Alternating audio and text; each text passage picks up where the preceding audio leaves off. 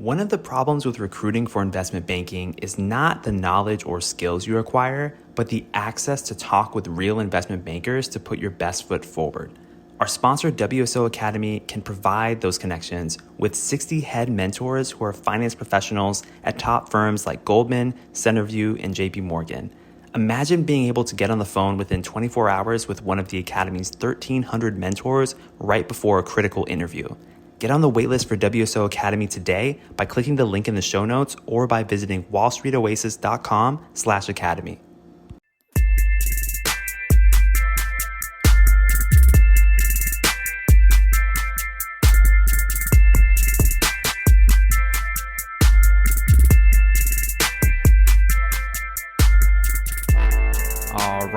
All right. Welcome to Investment Banking Insights. My name is Alex Mason and I am your host.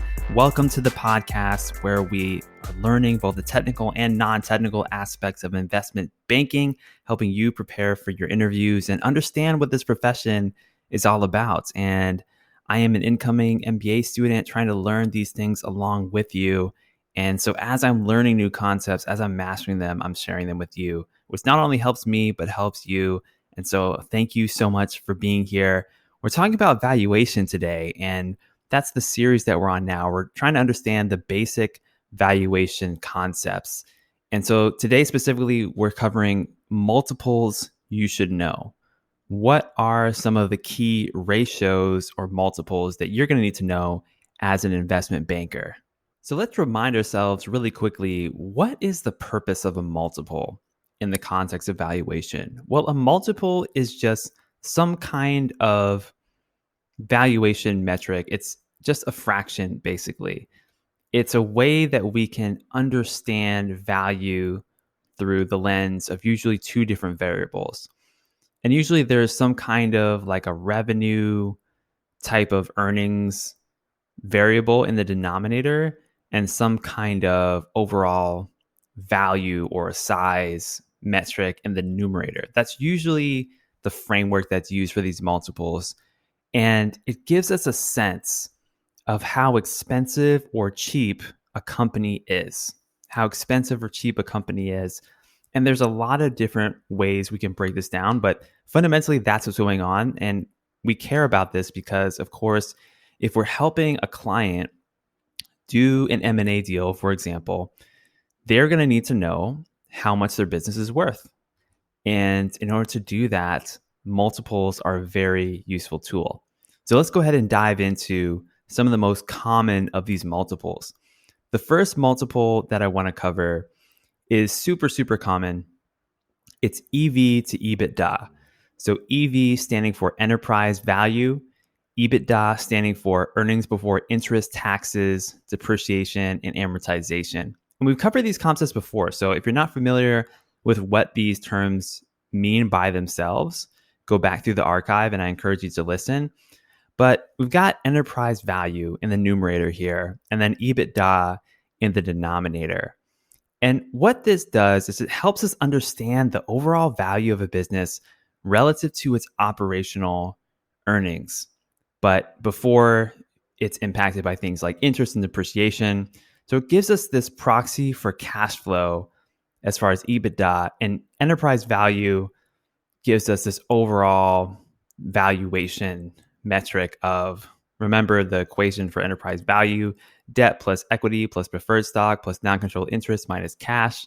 So it gives us this sense of the overall, I think of it as like the size of the firm, like how much capital has been put into this firm.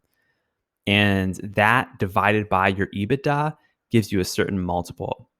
And again, this is one of the most common ones. You'll see this a lot. So EV to EBITDA is one of the multiples that you need to know. Another multiple that you should know is EV to EBIT. So enterprise value to earnings before interest and taxes. Now, why would we ever use EBIT instead of EBITDA? Well, it's useful because sometimes using EBITDA isn't that appropriate. Now, the EBIT multiple, EV to EBIT, can be useful when looking at the valuation of capital-intensive companies. For example, airplane manufacturers or oil and gas producers. And the reason is EBIT, it has depreciation embedded within it, which helps us see a truer value of earnings of a company with a lot of capital assets that are being depreciated. And so if we were to just use EBITDA, if it's a crane manufacturing company that's producing massive cranes and has massive capital expenditures and really high depreciation expenses, well, if we add back that depreciation expense, then it might look like the firm is earning a very different number than it really is from an operational perspective. So that's why you would use EV to EBIT in some situations. So the third multiple I want to cover is another enterprise value multiple, but this one's a little bit different. Instead of comparing EV to EBIT or EBITDA, what happens if we compare enterprise value to revenue? Well, this is useful because it can help you understand the overall value of a business relative to the revenue generated. If a business is operating at a loss, for example, an early stage company, then we can't really use EBIT or EBITDA, right? It's not generating positive earnings. It would be a negative fraction. But if a business is earning revenue, then we can use that as kind of a yardstick to understand relative valuation for that kind of a business. So that's why you would use something like an EV to revenue multiple. And then there's two other multiples I want to talk about today that aren't related to enterprise value. It's more on the equity value side, which is not capital neutral, but dependent on the capital structure of the corporation. So first we have price to earnings. This is arguably one of the most famous ratios in the entire stock market. And PE stands for the price of a stock per share divided by the earnings per share. And then another way you could think about this or calculate this is the equity value of a business divided by the net income. I kind of look at that version of the ratio as like the bigger brother to the other version of the ratio, which is price per share divided by earnings per share, because the latter is focused on a per share basis, whereas the former is focused on just the value of the corporation versus the value of the net income. So in any case, you can calculate price to earnings. And this is most important in an investment banking context when we're looking at financial companies. So for example, if we're looking at the value of a bank or an insurance company, it's really useful. And why would we use PE instead of like an EV to EBITDA for this kind of a business? Well, that's because if we think about the business model of a bank for a second, what does a bank do? A bank takes in deposits from individuals and institutions, and then it lends out money. It makes money off of loans. That is, it makes money through interest and fees. Now, remember, what is EBITDA? EBITDA is earnings before interest, taxes, depreciation, amortization. So if EBITDA is before interest, then that kind of messes with the whole business model of a bank because a substantial portion of a bank's earnings are in the form of interest. So it's a fundamentally different business model, which is why we want to look at our overall net income, which accounts for interest in the case of a bank.